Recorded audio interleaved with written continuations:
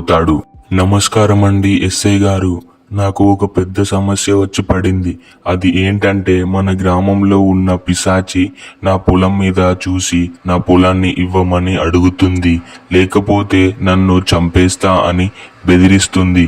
మీరే ఎలాగైనా ఉపాయాన్ని చెప్పండి. అవునా రంగయ్య, నువ్వు ఏమీ భయపడకు, మరి ఏమీ దిగులు పడకు. ఆ దెయ్యం సంగతి నేను చూసుకుంటాను. అది మళ్ళీ నీ జోలికి రాకుండా నేను చూసుకుంటాను. నువ్వు వెళ్ళి నీ పొలంను మంచిగా చక్కగా చూసుకొని మంచిగా డబ్బులు సంపాదించు.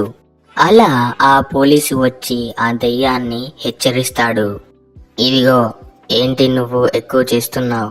రంగయ్య పొలాన్ని తీసుకో అని బెదిరిస్తున్నావంట కదా. ఇంకోసారి ఇలా చెయ్యకు. నేను నీకు మొదటిగా హెచ్చరిస్తున్నాను. నువ్వు మళ్ళీ ఎలాంటి తప్పు చేయకూడదు, అలాగే ఎవరిని హింసించకూడదు. నువ్వు ఇంకోసారి ఇలా చేస్తే నిన్ను ఖచ్చితంగా జైల్లో పెట్టి కొట్టిస్తాను.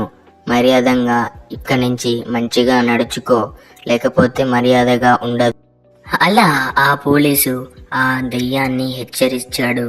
అందుకు ఆ దెయ్యం సరే అని చెప్తుంది.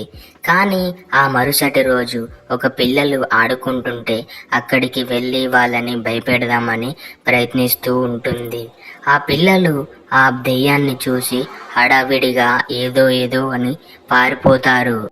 అలా ఆ దెయ్యం ఆ గ్రామంలో ఉన్న ప్రజలని ఎప్పుడు హింసిస్తూ ఉండేది. ఒరే రంగయ్య, నువ్వు ఎందుకు నా మీద పోలీసు కంప్లైంట్ ఇచ్చావు? నేను నీ పొలాన్ని అడిగాను, అందుకు నువ్వు ఇస్తే ఇవ్వు, లేకపోతే లేదు. నా మీదే పోలీసుతో చెప్పి నన్ను ఇరికించాలని చూస్తావా? వద్దు వద్దు, నా పొలాన్ని దయచేసి ఏమీ చేయకు. నేను దాన్ని సంవత్సరం నుంచి కాపాడుకుంటూ వస్తున్నాను. నేను